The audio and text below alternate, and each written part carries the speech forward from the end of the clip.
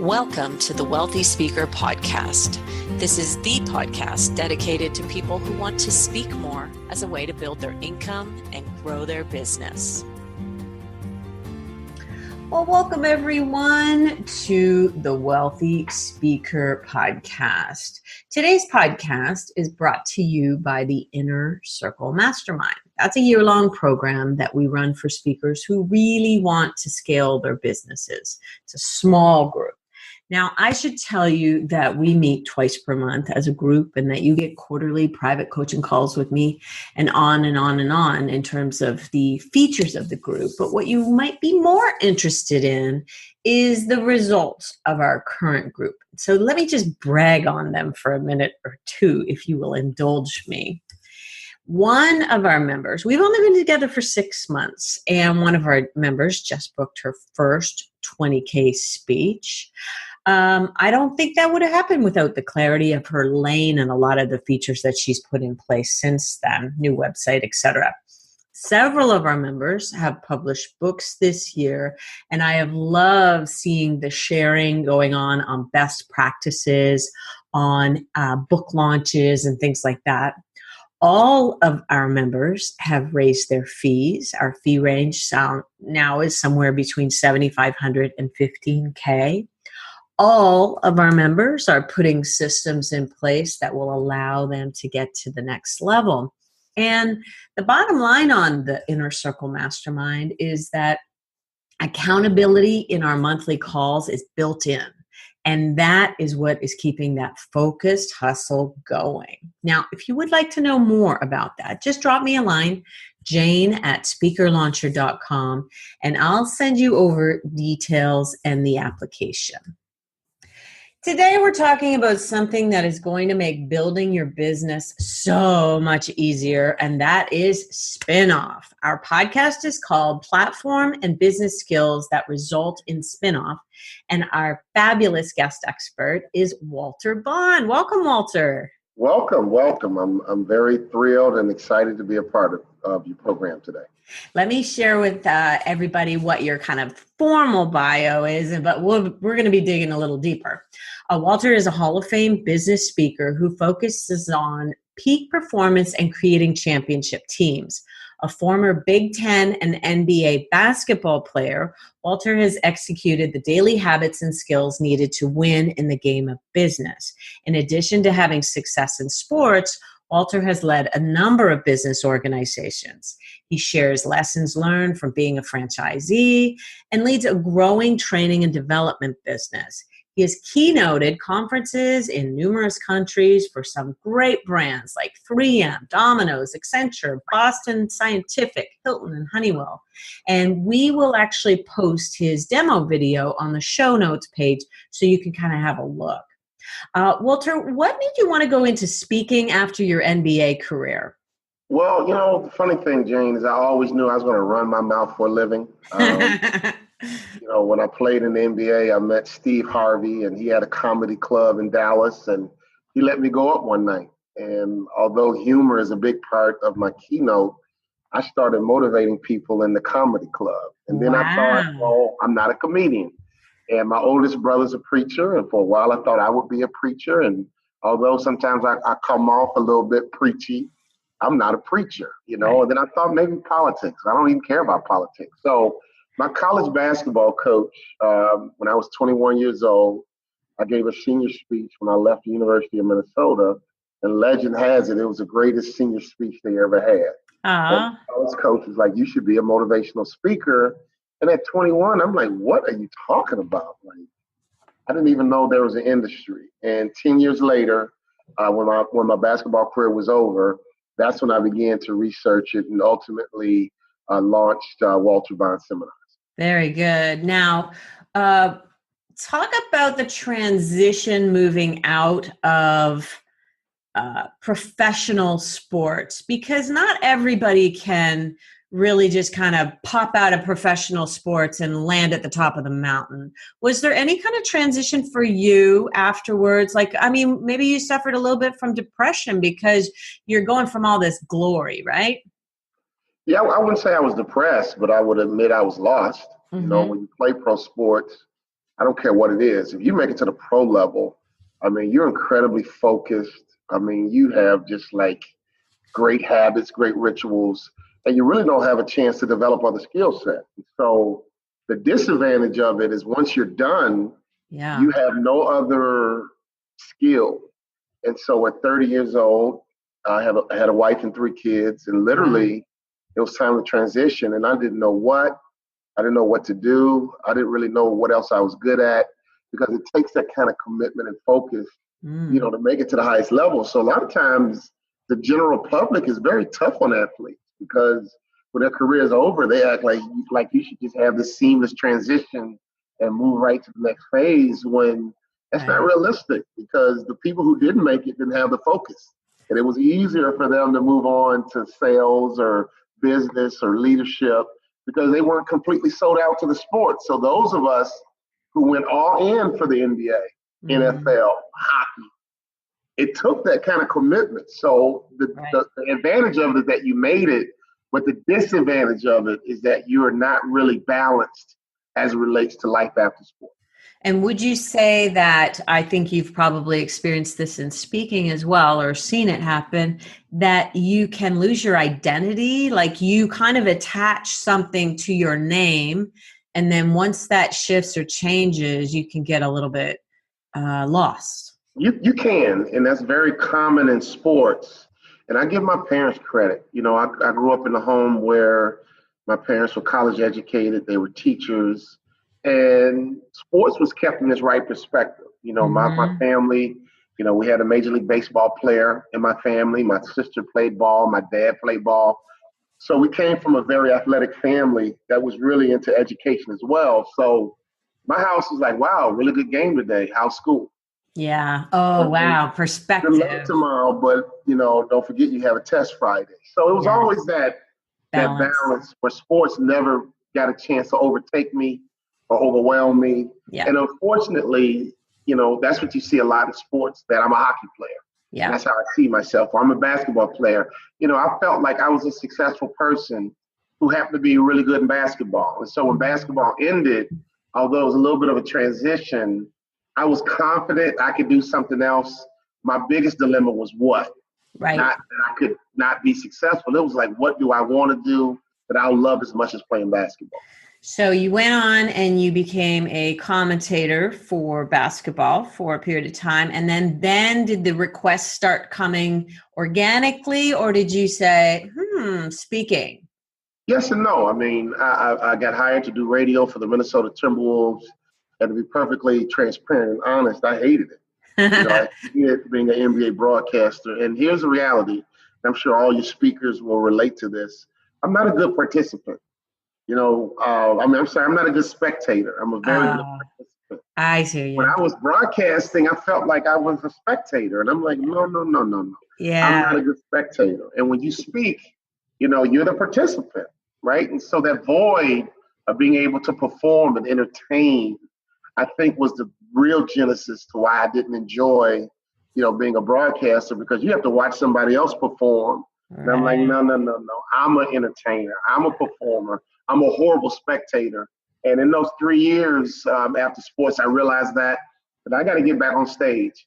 I got to get back on my platform. And as all your speakers know, there's no greater feeling than having a microphone and 1,000 people, 2,000, or even 500 listening to every word. And I found home, and broadcasting was a great transition, but I am wired and built like all your speakers to do exactly what I do.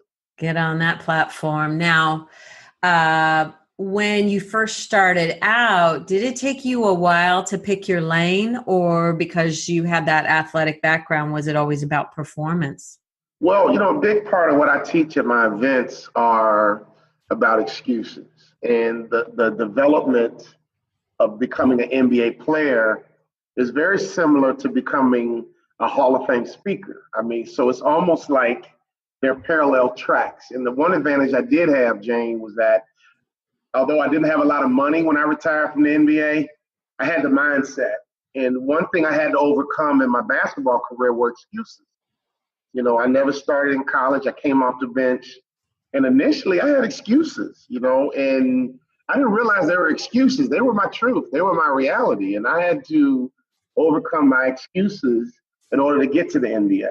And so that's why my book, All But Stink, is so popular. That's why our online training is so popular. I teach anybody the genesis of your next level is really eliminating the excuses. And sometimes I'm telling you, these excuses kind of live deep in our subconscious. Well, you might say, well, he's a Hall of Fame speaker because he played in the NBA. Right. Well, no, there's a lot of Hall of Fame speakers that didn't play in the NBA. Well, he's a Hall of Fame speaker because, he's tall.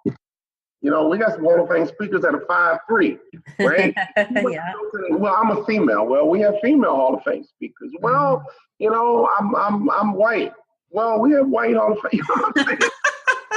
And the excuses go on, and and I have them, so I'm not being critical. I understand how we can justify where we are and make it make sense to us. And so a big part of our coaching program, whether it's for other speakers or whether it's for corporate professionals, is like, we got to dig deep and get these excuses out the way first. Because if you believe these excuses, this coaching program is wasting your time. If you believe these excuses, you're not going to get to your next level. You're ineligible. You're disqualified. Right. And so in our coaching programs, we teach people, well, what's your excuse? And almost not that you have some. It's almost like, what excuse have you used to justify you not starting your speaking business? Right. What excuse have you used to justify not creating a new keynote? What excuse have you used to justify not paying you, Jane, to be in your coaching program? Right? Well, and once we eliminate those excuses, typically that person becomes eligible to get to their next level. I like it a lot. That's really good information for people to digest. We're talking about spin-off business here today, but there's a whole lot of things that lead up to getting spin-off. And the very first step is getting rid of the excuses so that you can take that next step. And so I really believe, and you've probably adopted this as well, that the epic presentation is the number one way of leading to spin-off. Let's talk about how you develop your speeches and what you did to get good back in the early days. Well, I studied the business, and let's go right to it. In order to get spin-off, you have to be good on the platform. If you're not a good speaker, you're not going to get spin-offs. In fact, if you're not a good speaker, that 60-minute keynote or breakout or whatever you're presenting can be painful for the audience. And so when I studied the business, I paid attention. And that's a big message that I share with fellow speakers and also business leaders, that you have to pay attention. And so in my research of all the top speakers, I paid attention. They had two qualities, and I want you guys to hear me clearly. They were very entertaining and dynamic, and they gave great information. Very entertaining and dynamic, and they give great information. So if you ever see a great speaker, if you ever see a speaker who's booked a lot, if you ever see a speaker who does spin-offs and spin-offs after spin-offs, they have those two qualities. They're very entertaining and dynamic. They can hold that audience's attention for 60 minutes and make 60 minutes feel like 15 minutes. And they give great information in that 60-minute period. And so if you are a speaker right now and you don't like your schedule, you don't like your calendar, there's some dynamics at play. Either you're not entertaining and dynamic, or you're not giving great information, because if you have that formula, it's a two-piece sandwich. If you can marry those together, it's like magic, And so my issue when I began is that I thought entertainment first. My issue, I had no content. And I knew it. I played basketball. Where did I have content? I didn't even know what content was. So I began to just entertain my audience. And I got spin-offs and referrals from being entertaining. But what I've learned as I've increased my fee, the expectation's higher too. Yes. And so up to a certain price point, you can almost entertain and give a good time. But once you pass certain thresholds, the expectation is greater.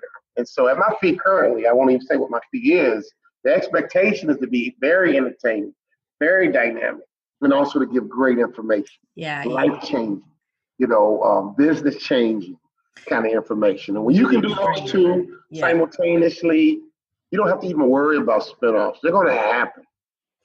And have you built your keynote kind of on with the underlying foundation being your own personal story? It has historically. And if I could be transparent, the Hall of Fame career was built on my story. Right. And it's a great story. My dad was my high school principal. I'm a city kid. I had the underdog story because I didn't start in college. My senior year, I broke my foot twice, and I still made it. I still overcome. I was the underdog. And opening night, my mom and dad were in the stands. And I told that story for 15 years. I'm telling you, standing ovation. People are crying. People are touched. People are inspired. And it got me to Hall of Fame. Okay. But now it's about that next level. I get that I have skills on the platform. I get it. I get that I can entertain people. I get that I can give great information. But now I want something more. Now I want something different. Now I want to be able to empower people to get to their next level and teach them how. And so now we're developing the how-tos. Yeah. And I've been the best in 2 different industries. So how did I do it? Now I'm able to really develop content in such a way that not only will I tell you my story, I'm going to teach you how to create your own story and get you to your next level. And for us, that is where these next 20 years are going to be about. The first 20 years were about building the brand and establishing the brand. This next 20-year run, I want to take people with me. We created a concept called the shark and the suckerfish. If you study sharks and suckerfish, you know that in the ocean, sharks are predators. They never stop moving. They never go backwards. They only look up. They can't look down. Sharks are incredible creatures. But if you do any history or research on sharks, they have suckerfish. And it's a symbiotic relationship. And the suckerfish has a job to do. The suckerfish job is to connect to the shark, but they must clean the shark's skin and make sure there's no parasites on the skin. So in exchange for cleaning the shark, the suckerfish gets a chance to eat, because the suckerfish will eat the scraps of every kill, and it gets to go on free rides in the ocean and conserve energy. And you know that some suckerfish live inside the mouth of a shark. Wow. I did not know that. Yes, which means that's why a lot of people quote Les Brown, right? They live inside his mouth. That's why a lot of people still quote, Zig Ziglar and Jim Rohn. Why? Because they were a speaker that lived inside the mouth of their shark. Okay, and so when I developed the concept of the shark and the suckerfish, man, my audience loves it. We're working on the book right now. It's really a relationship management tool, if you really think about it, that everybody needs a shark in their lives. But if you're a smart shark, you got to take people with you, and it's your job to make sure your suckerfish eat and eat well. Right. And so right now, I coach speakers, and so I'm their shark. But if I ever met Tony Robbins, I would be his suckerfish, no problem. If I met Les Brown, I would be your suckerfish. You're wrong. I would be your suckerfish. Why? Because you guys are great white sharks, right? And so there's all size sharks. But when you see a shark, you got to know it. And you got to recognize when to be a shark and when to be a suckerfish. Wow, that's incredible. I love that's sticky. So you've got something that's going to make people think, and it's going to be remembered. And that's the whole idea. So back to the idea of getting spin-off when you provide great content. And this is such a gift for people who have been around for a while, because wouldn't you say, Walter, that after you've said the same story, like for the 500th time, that you can start to get bored with your own content when you get in there and re-inspire yourself and invent something new for yourself, then you get re-energized too, right? Exactly. And again, spinoffs could be about coming back to do something different. For example, in 60 Minutes, if you want a leadership message, it's my job to give you leadership. And one thing we can't do as speakers, in my opinion, is get paid big money and go and be a tease on stage. And the whole keynote is about baiting the client to bring you back. I think that's disingenuous. I think that it lacks integrity. If you pay me to come and give you a keynote on leadership, you're going to give it. I got to give you leadership for that whole 60 minutes. Yeah. Hopefully we're all reading books. Hopefully we're feeding constantly, just like a shark. Sharks are always looking for food sources, right? So we should always be reading each other's books. Imagine if everybody in your coaching program just read each other's books. Imagine if you went to the bookstore once a week and bought best-selling books. You're constantly feeding yourself, which means it's going to birth new content, right? And so when you speak, we should be so full that we basically are just regurgitating everything that we've been eating to our audience. And they should be convinced, like, wow, this dude is so deep. That girl has so much information. Yeah. Oh my God, I could have listened to her all day. Yeah. Now, when you build that persona that you can listen to me all day, you know I got more to share because I only had 60 minutes to run to my table for all my products. And this client is going to see how the audience reacts. And the client's going to say, oh my God, can you come back next year? Now, one thing that I do, and I teach this in our coaching program, and I don't have enough time to teach it today, I upsell in my close. What do I mean by that? When I'm closing a conference and I feel good about it, and I know that I'm the speaker that they're leaning towards, and it's imminent, I get a little cocky. And I say, hey, listen, and I only do it when I think I got it. When you got a fish on the hook, you got to, yank and crank, right? But you got to wait to make sure that fish is on the hook, okay? I'm all in the ocean right now this season of my life. Yeah, I like it. Once you know you got the fish on the hook, you got to set the hook, then you got to crank it in. So I tell all my clients on the phone, if you book me to be your keynote speaker, I promise you I'll be the best speaker you ever had. Your only challenge is to find another speaker to follow me up. And that's okay, because I can come back 2 years in a row. And I do it in a cute, kind of sassy, fun way, and try not to sound cocky or arrogant. Right, and I want them to laugh when I'm done. But what I'm doing is really trying to close that deal, but plant a seed in their brain. The next one. You can bring me back twice. Minnesota Fats. Yeah, and I'm doing Jersey Mike's Sub, for example. Yeah. Next month for the 4th time. Wow. Okay, nice. We got tons of clients that are doing repeat business because I'm making an expectation and a promise. I'm going to be the best speaker you ever had. Nice. Right? And that's to close that deal. Who says no to that? Okay? Who says no to that? And then I plant the seed that I can come back a second time. And typically when the keynote's over, if I deliver on what I promised, they see their audience respond, they'll look at me and say, wow, you were the best speaker we ever had. Buffalo Wild Wings, wrote me back and said, you and Lou Holtz were our best 2 speakers. I'm an athlete, so I'm kind of like, you know what, screw Lou Holtz. I was better than them. So, but to hear them say that to me, to know that I wasn't just blowing smoke, that I believe in the product. Yeah. And hopefully they'll bring me back a second time. And that's a smart strategy. So I was mentioning Minnesota Fats. I assume he's from your hometown, a pool player. He wasn't always thinking about the shot he was taking. He was thinking about one or two ahead. And that's what you're doing as well, which is a smart strategy. Okay, so let's talk more about, we know that in order to get spinoff, to get 4, 5, 6 business cards after every presentation of people saying, okay, give me your schedule. I want to book you for next year, or I want to look at you for another group. We know that being good is one way to do that. Give us another way that you in your business. So you just gave us a second one, which is you're kind of teeing it up before you even do this presentation, that not only will I give you one great one, but you're going to want to bring me back next year. What else? What other things are you all doing? You have a team of people around you to ensure that you are creating more business from yourself after one presentation. Well, it's a choreographed experience for the client. But here's the good news.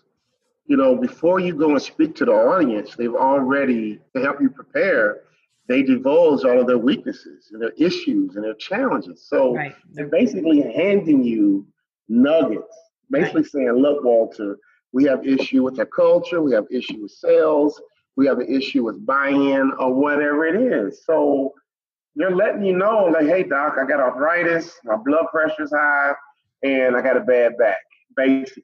And so when you get to know the client, deliver on it, you should always do a follow-up, right? You've already planted the seed on the front end that I'll be the best speaker you ever had. Your biggest challenge is to bring me back a second time. And so the client should be thinking like, man, they love Jane. They love Walter. They love Dick. They love Susie. And then you got to schedule a follow-up. Within 2 weeks of the conference, do a follow-up.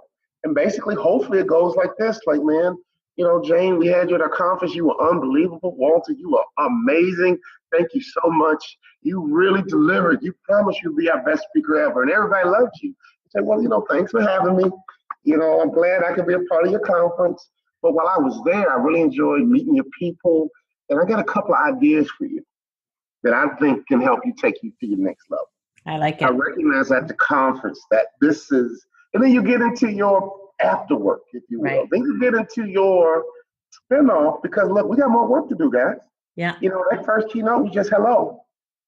Yeah. Hello, Wild Wings. Hello, Jersey Mike. This is just hello. This is an introduction to the relationship that we can build because I got so much content inside of me.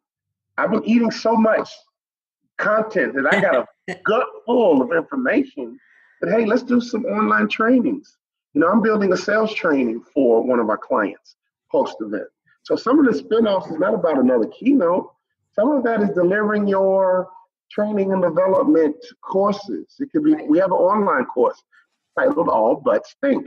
We encourage anybody to do it. It doesn't cost a lot, but it really shows you how we lay it and how it sets you up for more. Because if I tell you that you can't get to the next level without eliminating excuses, they have a product that can help you eliminate excuses. So basically, in our keynote, our job is to solve problems, right? And so if you already know the pre-existing problem with the patient, our products are nothing more than a prescription that they need to fill to get rid of pneumonia. The prescription gets rid of arthritis. It'll get rid of a bad culture. We're going to help you get rid of poor sales. We're going to help you get rid of a toxic culture. You insert your topic, Mr. and Mrs. Speaker, but your keynote and your ancillary products should be the magic pill, the prescription that the client needs and the audience needs to help get rid of their issues. And so here's the biggest mistake most of us make, and I made it myself, that we just want to be speakers. We just want to get booked, travel around the country, get a keynote, get a standing ovation, go home and say, how were you all? I killed it. I killed it. I killed it. And it was an emotional experience, but nobody in the audience got real results. Nobody really were able to apply all the wonderful concepts she shared in the keynote. So bottom line, spinoffs requires us to really provide real solutions. If you provide real solutions, you'll get a lot of spinoffs, referrals. You'll build, a community where we're really corporate preachers. Everybody loves a good preacher. Right? I go to that church. I love the pastor. He can really preach. Yeah. That's all we are, corporate preachers in search of a congregation. When you like your preacher, you'll listen to them again. Joel Osteen, he gets people again and again. T.D. Jakes again. You substitute your favorite preacher in there, a pastor. People love to hear their message and they'll listen again and again and again. So basically, spinoffs requires us to be really good corporate preachers. I like it. I like it a lot. When, when we have a lot of new speakers entering the market, what is something that you talk to them about the minute they arrive on the scene? Well, they have to learn how to build a business. And one thing that I'm training myself to do is to not even call myself a speaker. I think when we just say we're speakers, we cheapen ourselves. That's right. Because you have a whole umbrella of offerings, right? Yeah, no, I'm a business expert who happens to use speaking as a vehicle to communicate and solve your problems through. So the whole notion of being a speaker is a little shallow. We're really problem solvers. And so when people join our coaching program, the first thing we do on every call is that you got to state your name and who you are and what you do. I don't care what your fee is. I don't care how many keynotes you did. I want to know who you are and what you do. And we condition our people to make sure they're always thinking about themselves as a problem solver. And as a result of it, they're growing their business fast, they're getting results fast. And I think they're positioned to be mature speakers and to really understand that, I'm a business builder who happens to use audible speech as my product. And we got to solve problems. And so I'm always coaching my people on, okay, what problems are you solving? And how do you get these solutions out? You can get them out through a podcast. You can get your solutions out in a book. You can give your solutions out in a webinar. All the different mediums that we use is nothing more than an opportunity, because some people like podcasts, and I like my problem solved through podcasts. Some people need to read their solutions. So we need to have different mediums in which we communicate our solutions in. I like it. I like it a lot. And we call that expert first, speaker second, because, a lot of times you go to somebody's website and it's, hire me, I'm a speaker. Whereas rather than talking about the problem, and actually that leads us to a term that you use, shifting from here I am to there you are. Let's talk about that a little bit. Well, I got that from my mentor, my shark, a guy named Desi Williamson, Mr. Impact. I adore Desi Williamson. Well, Desi's a distant cousin, and Desi was the first person that taught me the speaking business. I mean, literally, he sat me down like he's Mr. Miyagi, and I'm freaking Karate Kid. Wax on, wax off. It was, I'll never forget, we sat at a Perkins in Minneapolis, Minnesota, and he basically was like, look, this is a microphone. Okay, that's the audience. Here's the platform. That's what a bureau is. Here's the first hole, second hole. And so my wife and I were literally stuck to Desi. We were just two suckerfish, And he taught us everything that he learned. And he taught me that. He was like, when every speaker starts, it's kind of like, here I am. I'm a speaker. I left corporate America. Yeah, I did it. Here's my website. It's all about me. Yeah. And that's normal because speaking brings anxiety. You got to get comfortable on stage. You got to get your message down. And every speaker is going to go through that selfish phase because you got to get over yourself. But here's the good news. We got to turn that corner. And the sooner we can turn that corner, the more wealthy of a speaker we can become. Because the real wealth is about us solving problems. So once we transition from here I am to there you are, meaning the audience is there you are. I'm here for you, not for me. And I don't know when I made that transition. Some might argue I'm still transitioning. But there's some anxiety. I mean, 73% of the people in the world are terrified of public speaking. So for those of us, we're like people who jump out of airplanes, basically. That the whole audience is looking at us like we're some freaks, like we're unique, we're different, and we don't hate it. We love it. My God, I'm doing 5,000 on August 31st. I love it. 5,000. Can I get more in there? Can I get 6,000 in there? Can you get 7,000? Bring it on. I've spoken in front of 25,000. Love it. But every speaker goes through that transition. From here I am to there you are. And as I've transitioned into there you are audience and helping solve your problems, I've gotten to my next levels. And now, honestly, I'm not here for me anymore. I'm honestly here from you. And I want to help you get to your next level. It's not about I and me. It's about you and we. And that transition takes time. And every speaker's got to get there. Because once you cross over that bridge and the audience is who you serve, that's when the wealth comes. I hope if we have any speakers bureaus listening and they have some athletes who they book a lot, they will share this with them because even celebrities, even professional athletes, when they show up and they actually know who their audience is and they try to apply their ideas to solving a problem for the audience, it goes so far. I think that more people could be coming from that from a service standpoint.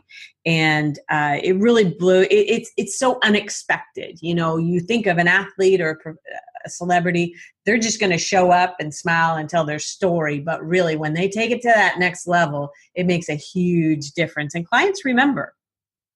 And it's a great way to serve. And for any athletes listening, one stereotype that we have to overcome, and we can't fall into it, is the narcissistic, arrogant, self-centered stereotype. But unfortunately, if we go out there and we're still in that me phase, here I am, and it's what every speaker goes through. Because you're an athlete, it's going to be a huge turnoff. And I've seen it. I'm not going to say any names, but I shared a conference with a former NFL superstar, great speaker, had a great story, but hadn't turned that corner yet. And I knew exactly what he was trying to say. I knew what he was trying to communicate, but he kept it in I form. Yeah. It never transitioned to you. and he spoke after me. And unfortunately, the audience had seen a difference. Yeah. When we walked out the ballroom, many people grabbed me and they were like, "Oh, he's a prick and he sucks and you were better," and it was like, no, I'm not better than him. I just got it a little quicker than he did. Mm-hmm. And I would love to have coached the guy up because I probably was like that. And I know I've been like that myself. Mm-hmm. And I had to mature through that. And so even if you're not an athlete, you got to mature through that, because that first phase is here I am. I don't care who you are. That first phase is here I am. And then as we grow and mature, then it becomes there you are. But athletes, we don't get as much rope sometimes because the perception is we're prima donnas, we're selfish, we're self-centered. And when an audience already has that preconceived idea, then we go out there and here we are, it's a total turnoff for the audience. And I've seen it, and I've seen it up close, and it's not pretty. Yep. And they won't get spin-off either. And so, not every athlete is worried about it, but some are. And I think that if you want the path to getting spin-off, you show the audience that you care who they are, that you care about their pain, and that you're there to try and help them solve it. Well, Devon, tell us about how people can get in touch with you, and is there something that you would like to offer up for people to connect with you on? Yes, go to our website. I would love for people who are interested to do our online training and eliminate their excuses, because again, as I said earlier, our best-selling book is All Butts Stink: How to Live Your Best Life and Eliminate Excuses. And I've learned in my own life, there was a time I was stuck in my basketball career because these excuses I had in my head weren't excuses to me. They were the truth. They were my reality. But I realized I justified where I was through excuses. And so we have an online course called All Butts Stink. It's really designed to help people eliminate their excuses. I would love people to invest in themselves and get rid of their excuses. Just by going to walterbond.com. And we have a bunch of products and services on there to help people get to their next level. And it's not just about being a speaker. It's really about being a developed person, and, our business, Jane, is always going to be a reflection of us. And in order for our business to grow, we must grow. And so my focus really is on training and development, because when I went to practice as an athlete, every day you're working on skills. Every day you're working on development. And the same thing is true in business. I spoke to the NBA rookies last week in New Jersey. A lot of them reached out to me, and now I'm starting to coach and mentor a lot of NBA ball players, not on the court, but off the court. Mm-hmm. Same principles apply. Do you have good habits and rituals? What is your mindset? Okay. Some speakers have a mindset that, I'm going to make a Hall of Fame. And when I got inducted into the Hall of Fame, Jane, I was sitting there, and I'll never forget, a lady came up to me, and I'm calm and cool. I'm kind of laid back anyway. And she goes, "Wow, you made it to the Hall of Fame. Aren't you excited?" And I thought about it. I was like, yeah, I'm excited. Well, you're not acting like it. My answer was, and hopefully she didn't take it the wrong way, I expected to be here. Yeah. I expected this to happen. I mean, as a kid, I knew I was going to play pro sports. My biggest dilemma was what sport? Is it going to be baseball, basketball, football? I'm a pro athlete. It's just what sport? And so in our trainings, I'm all about mindset, because if you think about in school, the A students and the C students were very similar. The only difference was an A student basically said, "I'm a straight A student." In fact, Mama bought into it because Mama wouldn't put that bumper sticker on the car saying, "My child is on the A honor roll." Am I telling the truth? So the whole family bought into it. But the kid has to produce and buy into it first. Then everybody else around you buys it. Okay? Same thing is true for a C student. In fact, the C student can get an A on the midterm, and they act shocked. And everybody's like, "Well, what happened? You cheated? What happened?" Because you have not behaved or operated like an A student. So now you get an A, you kind of got it. We don't know who you are. So A students in business first have the mindset. They eliminate excuses. A C student is full of excuses. The dog ate my homework. I didn't know there was a test today. And they cram and wait. A students are totally different. Am I right or wrong? Yep. And so that's what we're about. We're about helping people eliminate excuses, develop the right mindset, have good habits and good rituals, and understand how to operate and think like a shark.